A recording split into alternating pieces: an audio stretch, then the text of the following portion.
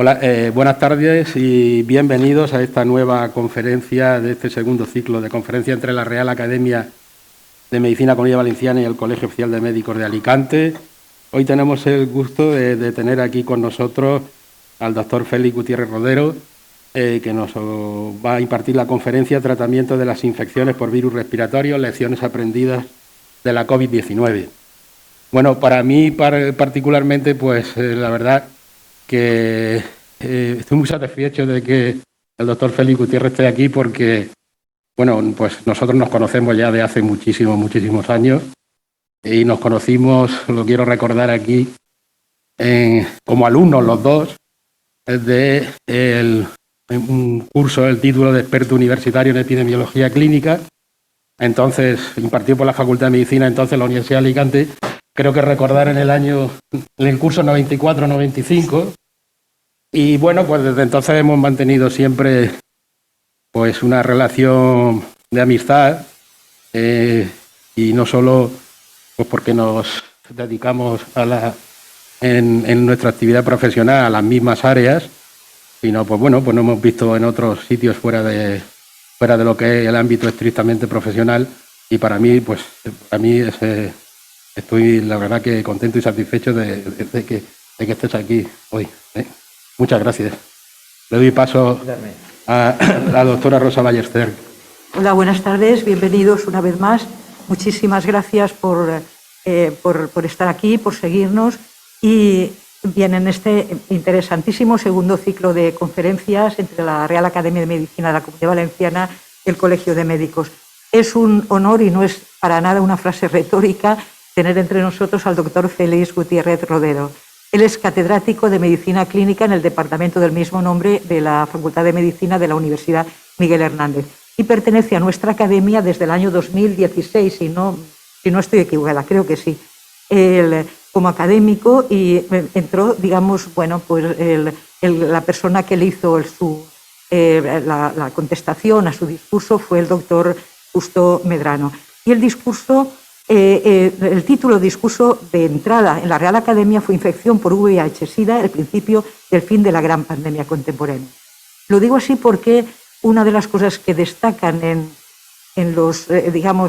un currículum realmente denso en cantidad y calidad es la coherencia interna de la trayectoria del doctor Félix Gutiérrez, tanto en el ámbito de la docencia como de la investigación como de la asistencia médica. Él es jefe, aparte de estos datos académicos que he dicho, de la universidad y de la academia, desarrolla su actividad profesional docente e investigadora en el Hospital 12 de Octubre, en el Hospital de la Marina Baixa, el Hospital Universitario de Elche, donde está actualmente como jefe de servicio de medicina interna. Es también director, como he dicho, del Departamento de Medicina Clínica y digamos, ha tenido una labor muy importante desde el punto de vista de la docencia, por supuesto, pregraduada, pero también posgraduada. Es decir, porque ha tenido, ha coordinado másteres, también programas de doctorado, etc. Como digo, con una gran coherencia dentro de su área de enfermedades infecciosas. De hecho, ya en 1989, en el Hospital de la Vila, el Hospital de la Marina Baixa, ya impulsó la creación de un programa asistencial para pacientes con enfermedades infecciosas. Y en el año 1997, en el Hospital Universitario de Elche, creó una unidad de enfermedades infecciosas, una de las más pioneras, de las pioneras en nuestro ámbito y en España, atendiendo a un número de pacientes y abriendo líneas específicas de investigación en VIH-Sida. Es también promotor, fue también el promotor y el titular de la Cátedra Institucional de Enfermedades Infecciosas y VIH-Sida de la Universidad Miguel Hernández. Desde el punto de vista de las líneas de investigación, como he comentado, es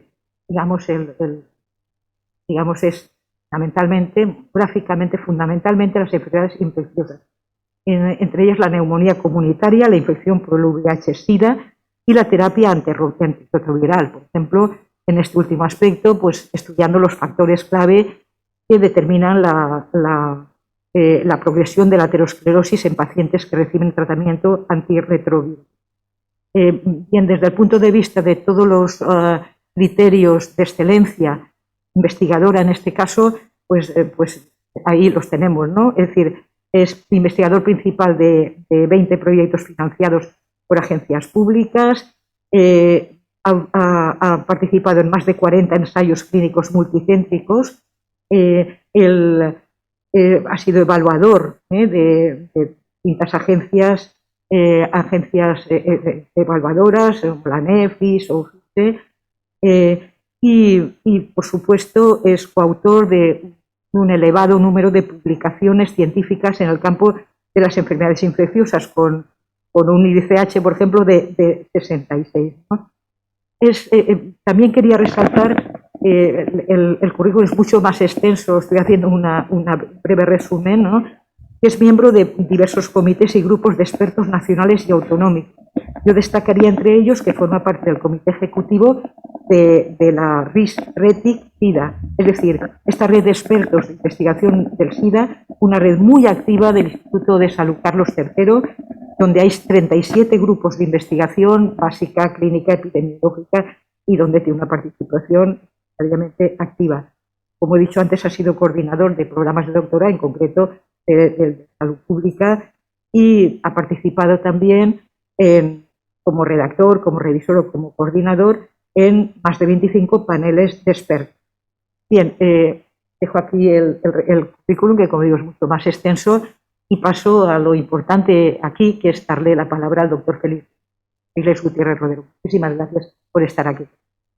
Bueno, muchísimas gracias. Me habéis abrumado los dos. Profesora Ballester, es un verdadero privilegio poder participar en este ciclo de conferencias. Siempre ha sido una inspiración para nosotros y bueno, pues poder atender a su llamada, pues vamos, para mí, como digo, es un honor y luego es una alegría grande siempre estar con Diego, que es un gran amigo y un gran profesional y que bueno, pues que es incansable en organizar cosas para motivarnos a todos, pero no es fácil motivar a la gente. Vamos a ver si en este ratito conseguimos no aburrirnos y perdón, sí, gracias. Y, muchas gracias. Y digamos, revisar algunas lecciones, algunas cuestiones que hemos aprendido de esta pandemia de COVID y cómo podemos estas lecciones aplicarlas a otras pandemias y a otras infecciones víricas. Realmente esta pandemia, pues, como saben, está teniendo unas dimensiones colosales, con más de 400 millones de personas infectadas y casi ya 6 millones de muertos. Afortunadamente, la mayoría de las infecciones, pero hay una proporción considerable de personas que desarrollan enfermedad grave, incluso crítica, pues se estima que una quinta parte quizás, que requieren ingreso en el hospital y desgraciadamente pues algunas fallecen.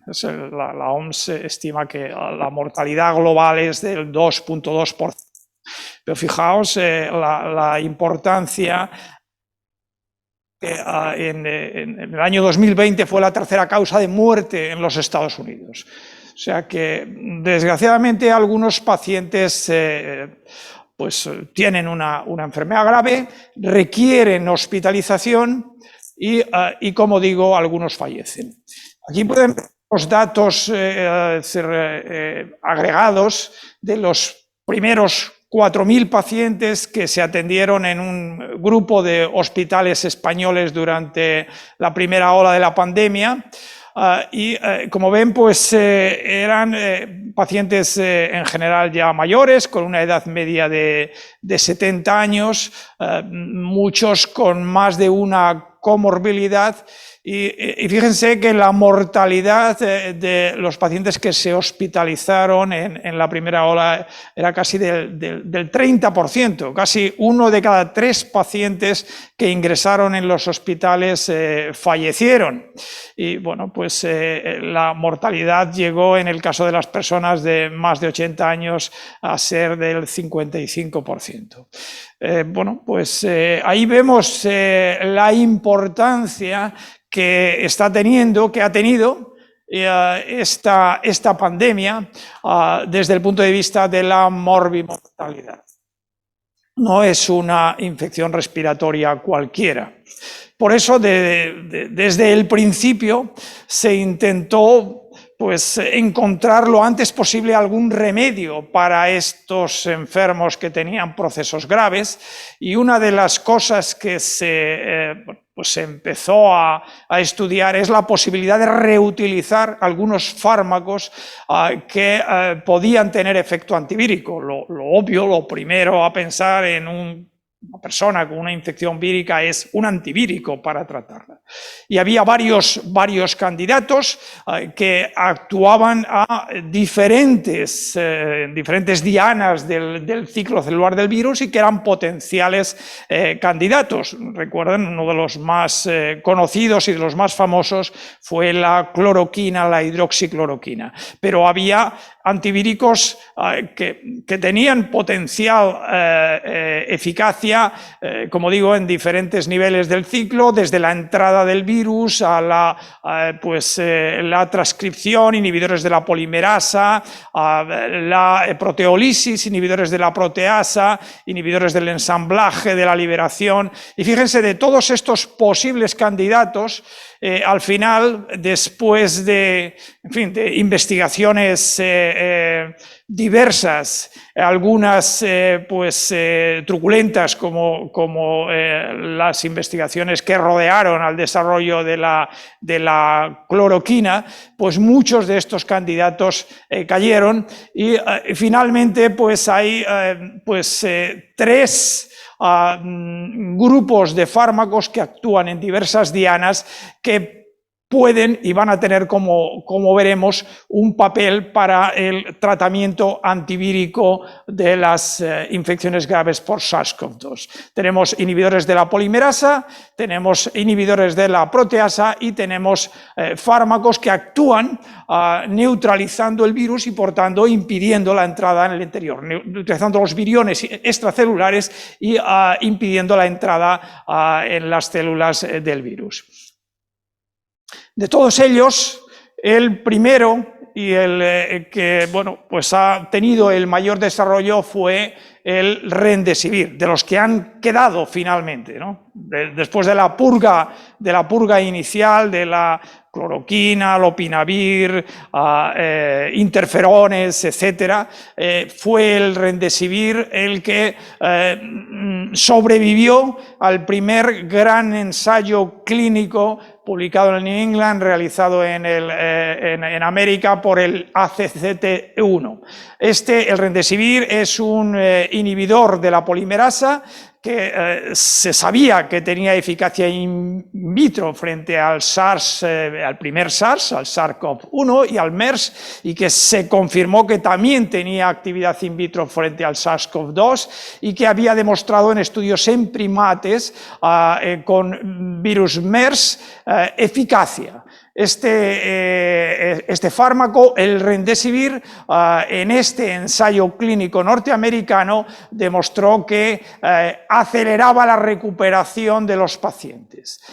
Y este fue un ensayo metodológicamente riguroso comparado con placebo, y los colegas de Norteamérica concluyeron que el Remdesivir era superior a placebo para ese criterio principal de valoración del ensayo, endpoint primaria, que era el tiempo hasta la recuperación clínica, tiempo hasta el alta o equivalente. Y bueno, pues la FDA, tras conocer estos resultados, aprobó el primer tratamiento para la COVID-19, que fue muy bien recibido por la comunidad científica, con un editorial en el New England, un paso en la dirección correcta, la aprobación de Remdesivir. Al mismo tiempo que este ensayo se estaba realizando, la OMS puso en marcha una iniciativa que hasta entonces no se había realizado nunca, que fue realizar un ensayo clínico pragmático a nivel global con los candidatos en ese momento a fármacos antivíricos para la COVID-19. Entre ellos, pues Remdesivir, además de hidroxicloroquina, lopinavir e interferón. Y la sorpresa fue que, en este caso, la OMS, el criterio principal de valoración era mortalidad hospitalaria. Y lo que ocurrió fue que en este ensayo clínico, con miles de pacientes, más pacientes que en el ACTC1, no se pudo demostrar que Remdesivir disminuyera la mortalidad hospitalaria en los pacientes con COVID-19. Y se apresuraron pronto a recomendar contra el uso de Remdesivir en los pacientes con COVID. Primera contradicción que encontramos de dos grandes ensayos que nos dicen cosas diferentes, pero fíjense que cada uno de los ensayos mira a un endpoint primario, un criterio principal de valoración distinto. Y en algo coinciden estos dos ensayos. ¿Cómo puede ser que los ensayos sean tan diferentes? Bueno, pues realmente esto es un metaanálisis que incluye estos dos ensayos más importantes y realmente pues coinciden en algo. En el ensayo de la OMS, cuando se analizan por estratos, se ve que en los pacientes que no están muy mal, que reciben oxígeno con bajo flujo o alto flujo, pero no necesitan ventilación mecánica, hay una tendencia a que tengan menor mortalidad en los que reciben Remdesivir versus los que reciben Standard of Care. Esto es muy evidente en el ACCT1. En ese ensayo norteamericano, claramente los pacientes que reciben oxígeno de bajo flujo tienen menos mortalidad, ya mirando un endpoint secundario, que ellos no miraron como primario, tienen menos mortalidad. O sea que en los pacientes menos graves, que no han requerido oxígeno de alto flujo o ventilación mecánica, los dos ensayos coinciden en que hay una tendencia a que los pacientes con Remdesivir vayan mejor y globalmente, cuando se metaanalizan todos los ensayos, en estos pacientes, en los de menos riesgo, el Remdesivir podemos concluir que ofrece un beneficio también en mortalidad. Es decir, tiene efecto, pero un efecto limitado a los pacientes con enfermedad moderada cuando miramos endpoints duros como la mortalidad. Y no reduce la mortalidad en pacientes con enfermedad avanzada en ninguno de los dos ensayos. ¿Por qué el tratamiento antivírico no es eficaz en pacientes con enfermedad avanzada? Al menos Remdesivir. Fijaos, para entender cómo es esta enfermedad, como en todas, es bueno intentar caracterizar los fenotipos de la enfermedad. Y en esta enfermedad hay al menos estos tres fenotipos. Uno de ellos es el de enfermedad leve, son pacientes que enferman y que se recuperan, que son la mayoría. Hay un fenotipo que podríamos decir bifásico, que son pacientes que inicialmente no están mal y a partir de los 8 o 10 días empiezan a encontrarse muy mal, desarrollan neumonía bilateral y pueden acabar necesitando intensivos. Y hay un tercer fenotipo, que son pacientes que van mal, y cuando pasan 15 o 20 días acaban necesitando ventilación mecánica. O sea, es una enfermedad con un curso evolutivo que en dos fenotipos se manifiesta tardíamente. Y fijaos, ¿qué es lo que ocurre en estos diferentes fenotipos? Pues en el fenotipo de enfermedad leve, los pacientes en la fase aguda de la enfermedad tienen cargas virales altas, tienen virus replicante en gran cantidad. Mientras que en el fenotipo bifásico, cuando los pacientes empiezan a encontrarse mal, a partir de los 8 o 10 días, ya la carga viral del virus, por la redundancia, es baja.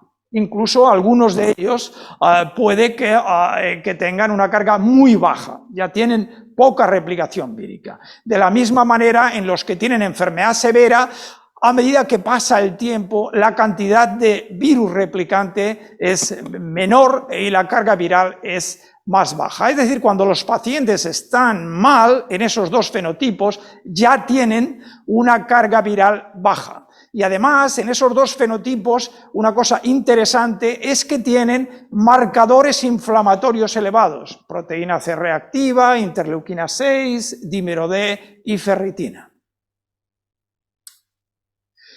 Bien, esto puede explicar el por qué los pacientes ya, cuando tienen enfermedad avanzada, no van bien ya con los antivíricos, o los antivíricos tienen una eficacia limitada o muy reducida. De hecho, cuando en el ensayo de los americanos, el ACTT1, se mira la evolución de los pacientes en función de la duración de los síntomas, ya se ve que el beneficio se observa sobre todo en los pacientes menos graves y en los pacientes que tienen menos días de evolución. El acortamiento de la estancia hospitalaria y la aceleración de la duración de la enfermedad es más corta en los que tienen menos de 10 días de duración. O sea que realmente ya cuando se mira dentro del ensayo se ve que donde estaban observando el beneficio era fundamentalmente en los pacientes que tenían menos de 10 días de evolución. Una cosa que ellos en este ensayo, en ninguno de los ensayos, no pudo mirarse es si había alguna relación entre la carga viral y la respuesta al remdesivir. Y esto, afortunadamente, se ha podido ver en análisis posteriores. Este es concretamente un análisis que ha realizado nuestro grupo, la doctora Mar Macià, en más de 1000 pacientes tratados en nuestro centro, donde, con un modelo analítico bastante sofisticado, se ha conseguido demostrar que hay beneficio de mortalidad, particularmente en los pacientes que tienen una carga viral alta y una respuesta inflamatoria reducida, y en los que tienen una duración de la enfermedad de menos de 5 días. O sea que incluso en un subgrupo particular, que son los pacientes con carga viral alta, el remdesivir funciona y puede reducir la mortalidad, como hemos visto nosotros, y ahora han visto otros estudios. Concretamente, este es el estudio que es una prueba de concepto de lo que estamos diciendo. Este es un estudio diseñado más recientemente, en el que un ensayo clínico en el que se administra remdesivir a pacientes con duración de los síntomas de menos de 7 días y que tienen edad avanzada o factores de riesgo para empeorar, factores de riesgo para progresar a enfermedad grave. Y aquí ya se ve una clara diferencia muy significativa entre el grupo placebo y el remdesivir en cuanto a las tasas de hospitalización y muerte en los pacientes infectados. O sea que esto ya sería un tratamiento adelantado en ese periodo, en esos primeros 7 días, cuando tenemos replicación vírica activa y podemos realmente conseguir hacer diferencias. De la misma manera, los nuevos medicamentos antivirales orales, dos de ellos, uno de ellos ya aprobado por las agencias reguladoras y probablemente disponible próximamente, un inhibidor de la proteasa en España, el Paxlovid, y otro, el molnupiravir, un inhibidor de la polimerasa. Fijaos particularmente los resultados con Paxlovid. Los dos se han evaluado ya con esa lección aprendida, de que el tratamiento antivírico funciona en los primeros días de la infección. Los dos han seleccionado pacientes con infección, con síntomas de menos de 5 días de evolución, y en los dos se ha demostrado que el tratamiento antiviral en relación con el placebo reduce drásticamente el riesgo de hospitalización y muerte, en el caso del Paxlovid, en un 88%. Un tratamiento oral administrado, repito, en los primeros 5 días de la infección. Entonces, la primera lección que hemos aprendido claramente es que la terapia antivírica es eficaz cuando se administra pronto, en las fases iniciales de la enfermedad, en pacientes con carga viral alta y con menor inflamación. Esta es la primera lección que nos ha dado la COVID-19.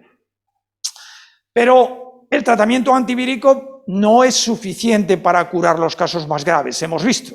Si lo utilizamos en las condiciones ideales podemos obtener buenos resultados, pero no es suficiente para curar los casos más graves. ¿Y por qué no es suficiente?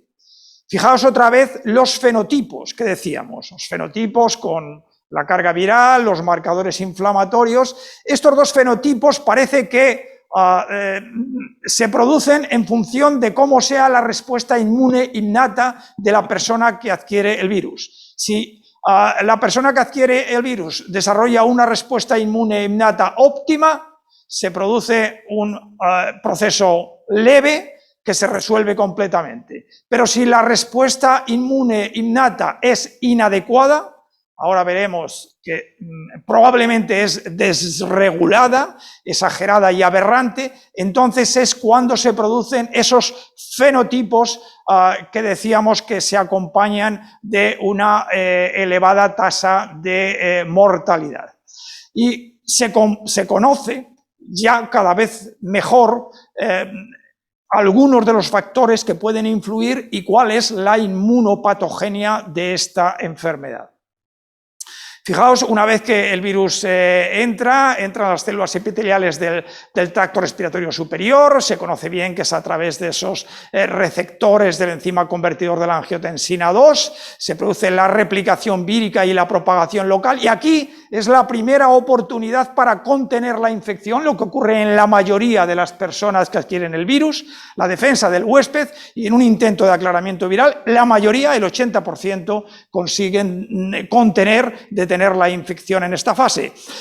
Si es así, pues estupendo, y es lo que ocurre a la mayoría. Pero algunos, probablemente porque tienen una respuesta innata inefectiva, se han identificado ya una serie de factores, concretamente una respuesta de interferón alterada. Ahora, más recientemente, parece que la respuesta de esas lectinas ligadoras de manosa también tiene un papel importante y que puede contribuir a que la respuesta innata sea inefectiva. Si esa respuesta es inefectiva, entonces el virus se produce una migración al tracto respiratorio inferior, se invaden e infectan las células alveolares de tipo 2 y a partir de ese momento se produce una liberación en cantidades excesivas de varias citoquinas, una de ellas importante, la IL-6, el TNF-alfa, varias en grandes cantidades, a ese exceso de citoquinas que se ha llamado tormenta citoquínica,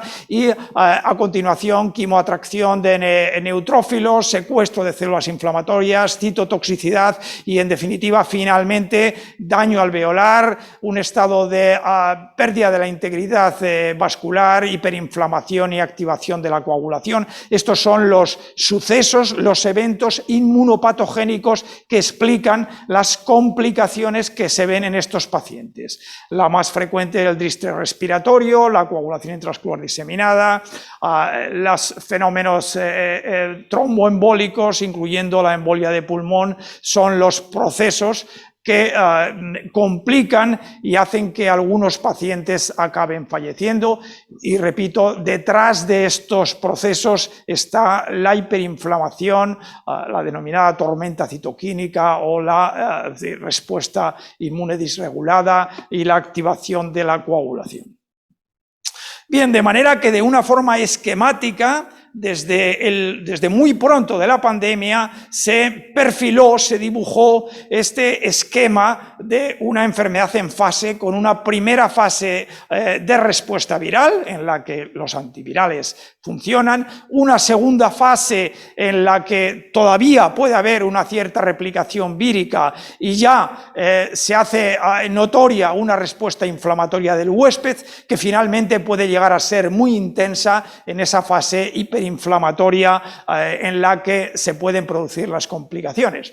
Fijaos, en el laboratorio de los pacientes con COVID-19 vemos algo que no habíamos visto hasta ahora en las infecciones víricas o no habíamos reconocido: un aumento de la proteína C reactiva. Es una proteína producida en el hígado en respuesta a la producción de citoquinas, IL-6, IL-1 y TNF, que se produce durante infecciones, lesiones tisulares y en general en todos los procesos que hay inflamación.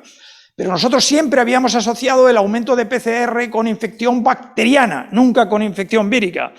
No habíamos visto en otras infecciones víricas o no habíamos reconocido, repito, esa elevación de la PCR. También de la ferritina y como consecuencia del estado ese que decíamos de inmunotrombosis de los dímeros D. Y al mismo tiempo un descenso de los linfocitos que es en parte consecuencia de ese exceso inflamatorio, de ese exceso de citoquinas que medimos muy bien de una forma sintética global con la elevación de la proteína C reactiva.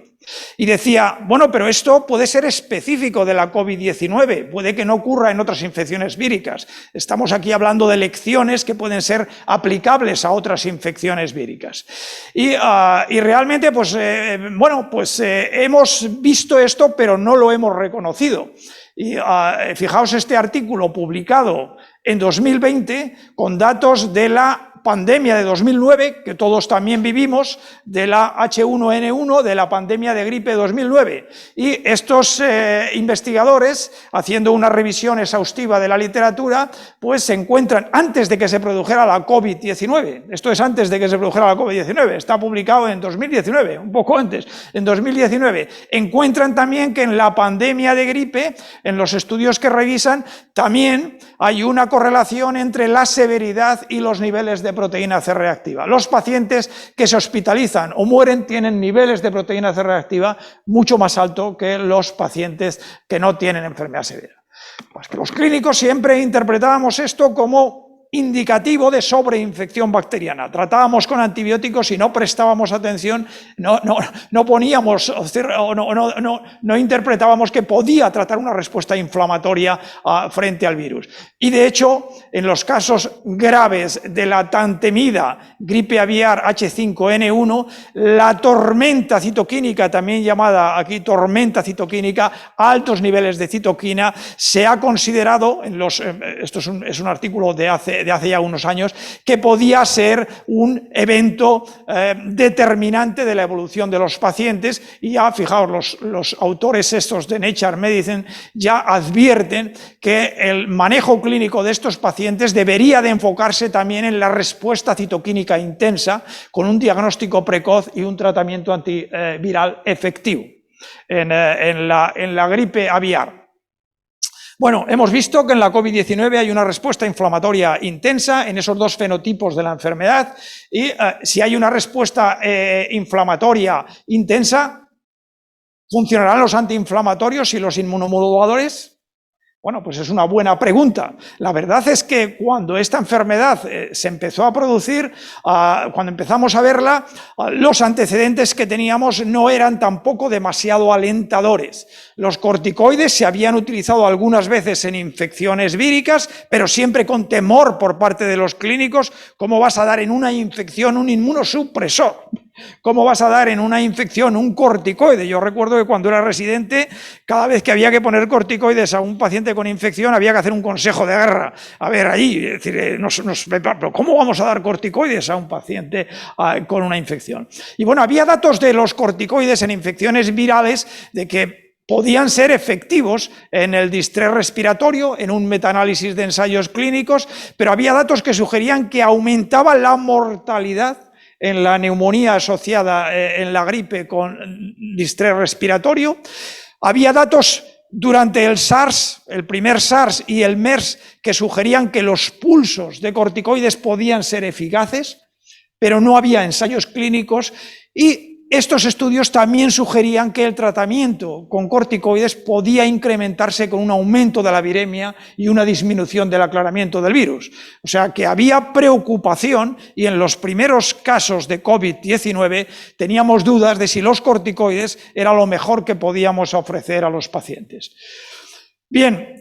Ya se sabía desde hace algún tiempo que la sobreexpresión de interleuquina 6, una interleuquina importante, podía tener consecuencias negativas en la respuesta inmune frente a los virus. Podía reducir la apoptosis, la citolisis y podía producir un imbalance en los linfocitos TH1, TH2. Y fijaos, con estos datos, Unos amigos de China, unos compañeros de China, unos investigadores de China publicaron un artículo muy poco tiempo después del inicio de la pandemia, que es un artículo seminal de una importancia tremenda, publicado en PNAS, en una de las mejores revistas de ciencia. Publicaron una serie de 20 casos, 21 casos clínicos, me parece que eran 21 casos, es decir, 21 casos de pacientes a los que habían tratado con tocilizumab, que es un bloqueante de los receptores de la interleuquina 6, pensando que, bueno, puesto que la interleuquina 6 estaba elevada en esa cascada inflamatoria, en esa tormenta inflamatoria, y la interleuquina 6, el exceso de interleuquina 6, podía tener consecuencias negativas para la respuesta frente al virus, se decidieron a utilizar tocilizumab, que es un fármaco utilizado en enfermedades autoinmunes, y tuvieron unos resultados extraordinariamente buenos y publicaron una serie de casos sin grupo control que fue aceptada inmediatamente en mayo, publicado en PNAS. Una serie de casos donde decían los pacientes van muy bien, clínicamente van muy bien, radiológicamente van muy bien, la mayoría de ellos, y tenemos datos que indican pues, que hay cosas que mejoran. La interleuquina 6 mejora, la proteína C reactiva disminuye mucho y los linfocitos aumentan, que están disminuidos. Pues, bueno, cuando leímos este artículo, pues la verdad es que fue pues una inyección de optimismo. ¿Y si esto funciona?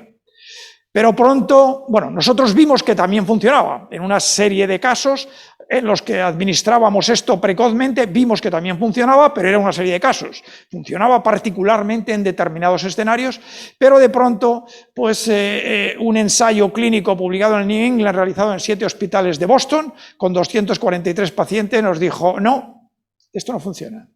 Esto no funciona. No hay una reducción de la mortalidad, no hay una reducción en la ventilación mecánica, no funciona el tocilizumab. Y otros ensayos apuntaron en esa misma dirección. Fijaos, todos estos ensayos tenían limitaciones importantes, muestra pequeña, estaban confundidos por medicaciones concomitantes, tenían una tasa de eventos bajo porque la mayoría miraban solo mortalidad y realmente sembraron mucha duda, de manera que el tocilizumab, que era un fármaco que se recomendaba inicialmente, dejó de recomendarse en las guías de práctica clínica y tuvimos la suerte que hemos tenido durante la pandemia y las lecciones que hemos aprendido, en gran parte las hemos aprendido de nuestros amigos británicos, que pusieron en marcha una gran plataforma de ensayos clínicos, la plataforma Recovery, donde, pues entre las estrategias de tratamiento que evaluaban, una de las que evaluaban eran los corticoides y otra de las que evaluaban eran el tocilizumab. Y fijaos, que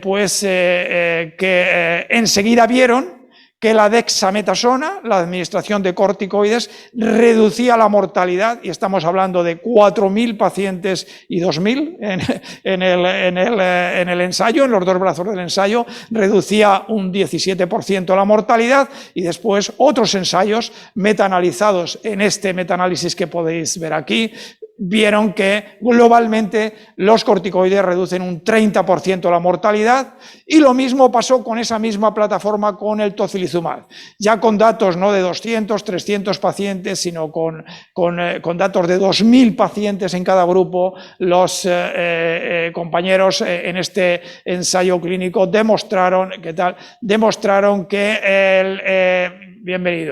que el tocilizumab reducía la mortalidad un 15% adicional sobre los corticoides y además mejoraba otros endpoints como es las altas hospitalarias, la necesidad de ventilación mecánica, además de la muerte. Y los metaanálisis que sintetizaron los resultados de todos los ensayos, y algunos que se llevaron después, confirmaron esta reducción de la mortalidad y otros beneficios, incluyendo la necesidad de soporte, de soporte respiratorio y reportando beneficios adicionales sobre los corticoides sistémicos. Grandes estudios los proporcionados por la plataforma Recovery. Y yo creo que otra lección aprendida, la segunda lección es que una respuesta inmune innata frente al SARS-CoV-2 desregulada, ineficaz, primero ineficaz, desregulada y o aberrante por la ineficacia, tiene un papel importante en el desarrollo de daño tisular y probablemente determina las complicaciones de la enfermedad. Y la segunda es que el tratamiento inmunomodulador salva vidas. Es eficaz cuando se administra en fases intermedias de la enfermedad, sin duda. Y una pequeña duda, habíamos dicho, pero el tratamiento inmunomodulador puede tener efectos perjudiciales sobre la cinética viral, como parecía que tenían los corticoides y la respuesta inmune adaptativa frente al virus.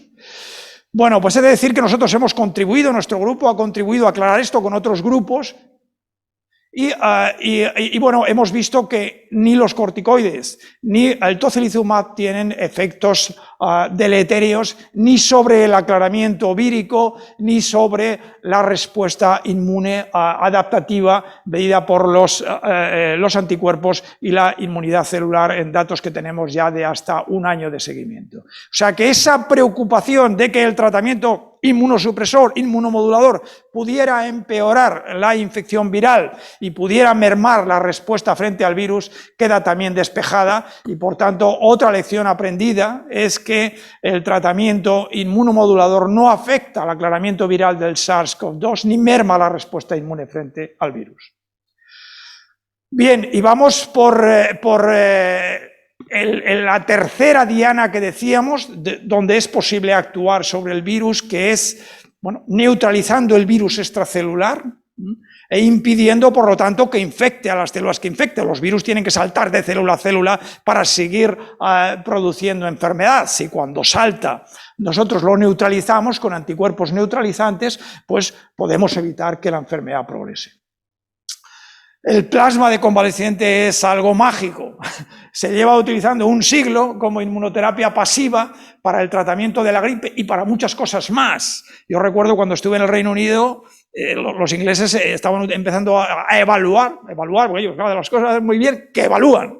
Estaban evaluando el plasma de convaleciente para los pacientes con VIH, una enfermedad avanzada. Yo me quedé perplejo de cómo estaban haciendo. Pero es así. Claro, el fundamento está claro. Los anticuerpos son una de las principales herramientas de control de las infecciones virales porque neutralizan los virus libres y además tienen un efecto indirectamente, facilitan la actuación del complemento, la citotoxicidad celular, y había datos observacionales que sugerían que podía reducir la mortalidad, pero no había en estos 100 años, en este siglo, no había ensayos clínicos para poder realmente determinar si era eficaz. Fijaos que durante la COVID se utilizó ampliamente, se estima que en el mundo probablemente recibieron más de 100.000 pacientes transfusiones de plasma, pensando que esto era eficaz. Pues amigos, los compañeros británicos en la plataforma Recovery incluyeron en una segunda randomización el plasma de convaleciente, como a ellos les gusta mucho y de toda la vida han sido muy devotos, y increíble, en un estudio con 4.000 pacientes en cada brazo, con plasma y sin plasma, demostraron que el plasma de convaleciente no sirve para nada. No disminuye la mortalidad, no disminuye ningunos otros resultados clínicos diversos y además tampoco funciona cuando se administra más precoz o más tardío. 2 ensayos clínicos metaanalizados en este artículo confirmaron que el plasma de convaleciente no funciona. Y esta es la 4ª lección aprendida. La administración de plasma de convaleciente no reduce la mortalidad ni mejora la evolución de los pacientes.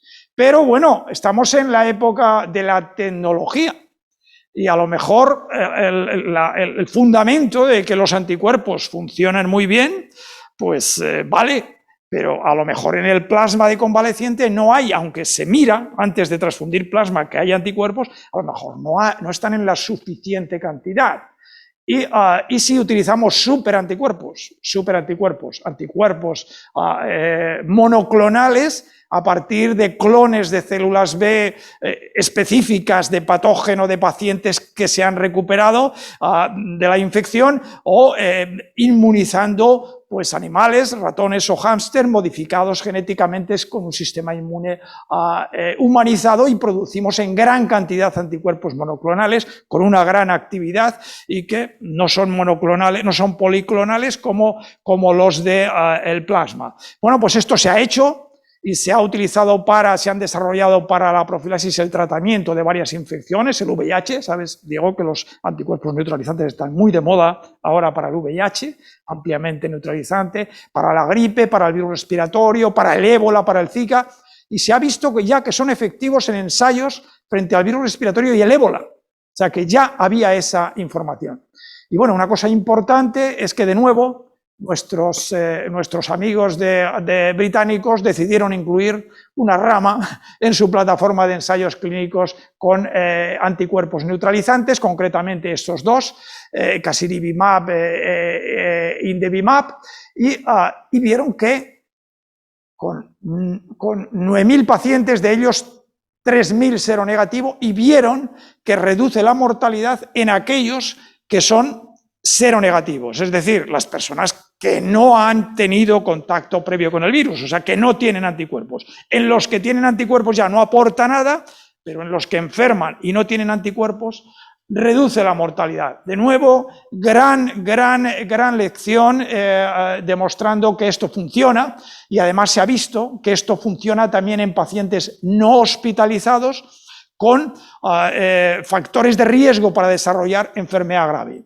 Reduce entre un 65 y un 80% las muertes y las hospitalizaciones en estos pacientes. Pacientes que enferman por el virus, que tienen factores de riesgo, edad avanzada, enfermedades predisponentes, que les puede, bueno, pues predisponer a desarrollar una enfermedad grave, y esto, una inyección, una inyección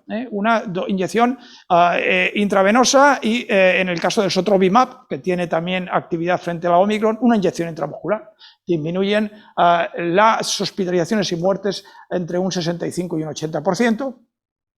Y fijaos, se ha demostrado que esto funciona también, estos anticuerpos monoclonales funcionan como profilaxis post-exposición. Trabajadores sanitarios que se exponen a personas enfermas, se les pone una inyección de esto, y también funciona para eso. Y ahora ya lo último es que funcionan también como preexposición, y se va a probar un anticuerpo monoclonal en los próximos días. Ya se ha tenido el informe favorable del Consejo Interterritorial para las personas de muy alto riesgo, que no desarrollan anticuerpos con la vacuna, y es una forma de inmunidad pasiva, y que también se ha demostrado que es eficaz para evitar enfermedad grave y eventualmente mortalidad. Hay que tener en cuenta que el problema de las variantes, y que no todos los anticuerpos monoclonales funcionan frente a todas las variantes. De hecho, frente a esta última variante que tenemos, frente a la variante Omicron, solo el sotrovimab es eficaz. O sea que son anticuerpos tan específicos que son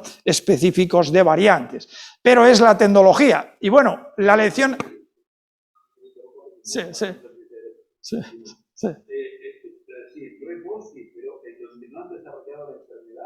Son los que son efectivos. Sí, en los que no han desarrollado la enfermedad es efectivo, tanto en los que se han expuesto, profilaxis post-exposición, como en los que todavía no se han expuesto, preexposición. O sea, también en los que desarrollan la enfermedad,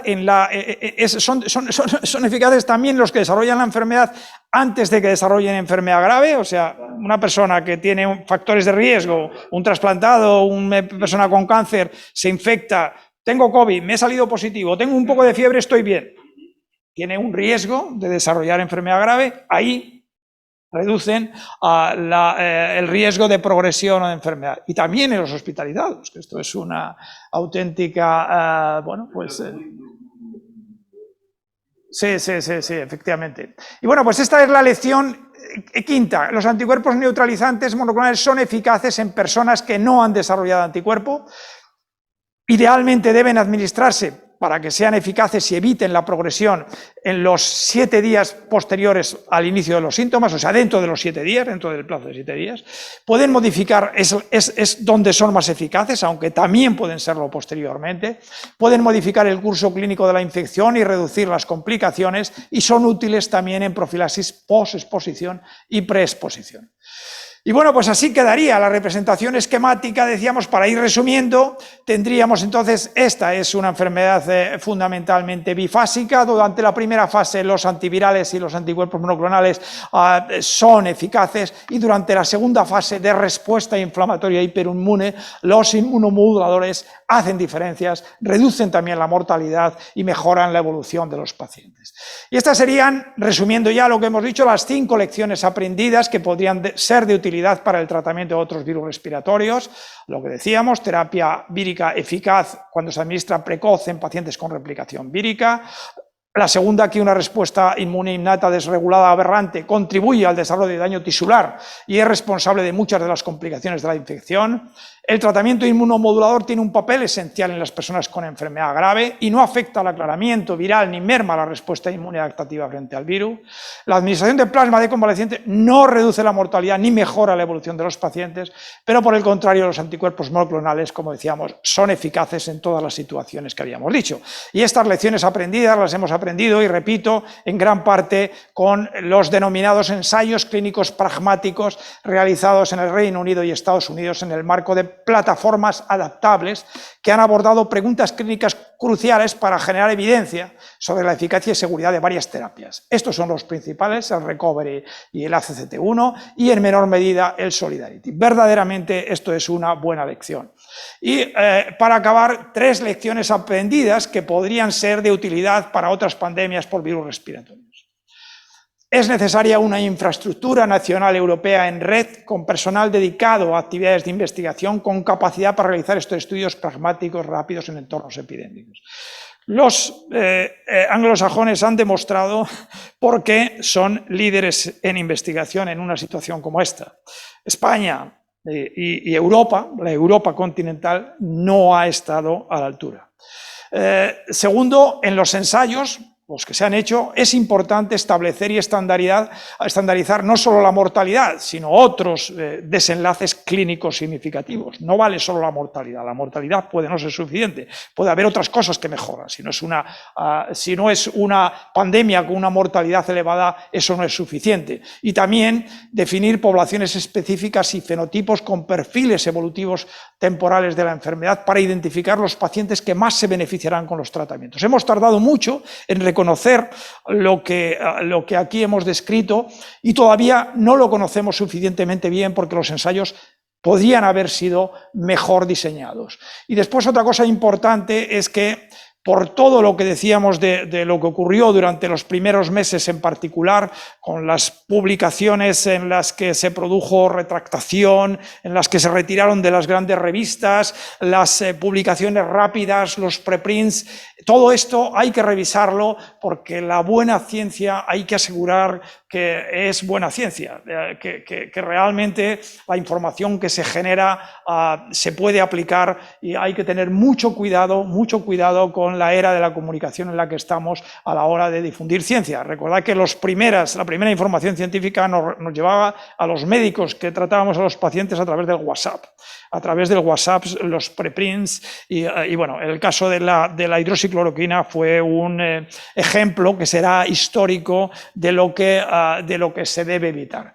Y bien, pues estas son las lecciones que yo creo que de momento podemos haber aprendido de la COVID. Seguro que hay muchas más, pero bueno, yo creo que con estas de momento pues nos hemos entretenido un poquito. Yo por lo menos me he entretenido contándolo. Muchas gracias por la atención, muchas gracias a todos los que habéis estado aquí, muchas gracias a todos los que nos habéis visto, y bueno, y como siempre, un placer. Francisco Sánchez nos pregunta si tiene algún riesgo los tratamientos con inhibidores de la angiotensina 2 en el tratamiento, o sea, en los pacientes que reciben ese tratamiento por la hipertensión o por insuficiencias cardíacas, o si habría que retirarlo o no retirarlo. Nada. La información que tenemos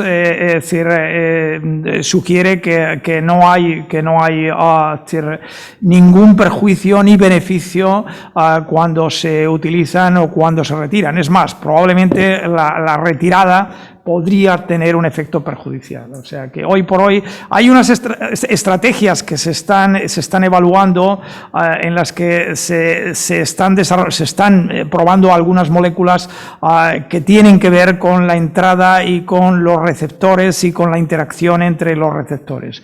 Pero en concreto a la pregunta, la respuesta es esa, no. Bueno, hay aquí diversas felicitaciones de Carmen Leal, ¿no?, que es la presidenta de la, Muchas gracias, de la Carmen. Academia. Muchas gracias. También de Jesús Navas. No sé si es del dermatólogo, Jesús Navas. Y bueno, yo te quería hacer alguna pregunta, Teli. Bueno, y empezando primero por un comentario. La patogenia esta de la COVID-19, en realidad es una patogenia similar a otras enfermedades virales, sobre todo las fiebres hemorrágicas virales, ¿no? Como puede ser la fiebre amarilla, un dengue hemorrágico, una fiebre hemorrágica de Crimea-Congo, ¿no? Probablemente la gran diferencia entre los dos virus es que uno es la vía de acceso, ¿no? Uno es por vía respiratoria, lo primero que se te afecta son las mucosas respiratorias, los pulmones, y las otras son por inoculación, viendo un mosquito, una garrapata, y el virus va directamente en sangre, ¿no?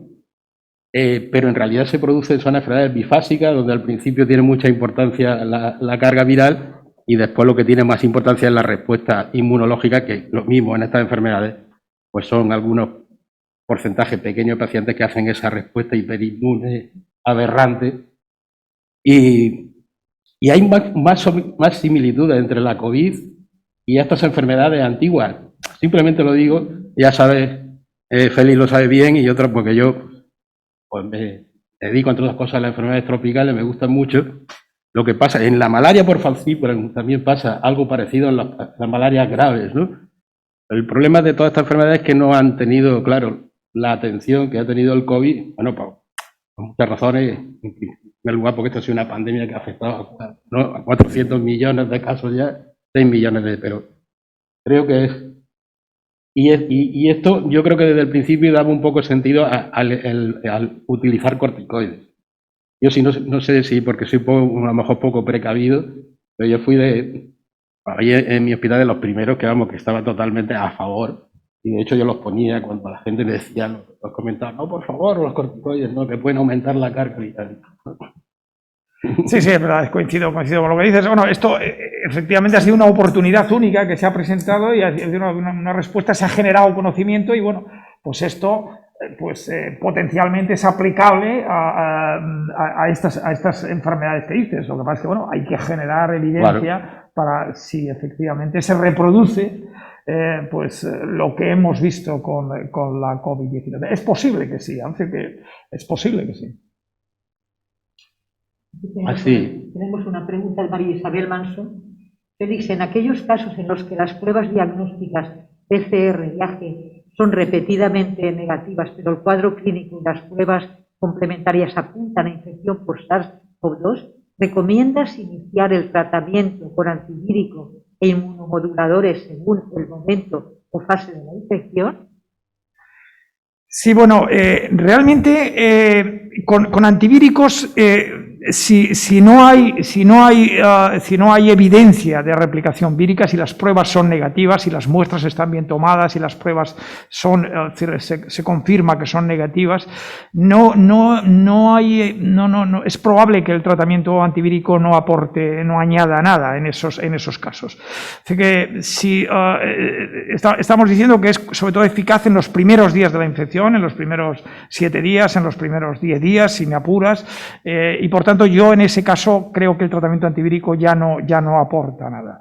Otra cosa sería el tratamiento inmunomodulador. Si en un entorno epidemiológico crees que aunque las pruebas de detección de virus sean negativas, el perfil es típico de una COVID-19, podría utilizarse inmunomodulador. Seguro que el inmunomodulador sí que sería si tiene una respuesta inflamatoria típica en un contexto epidemiológico.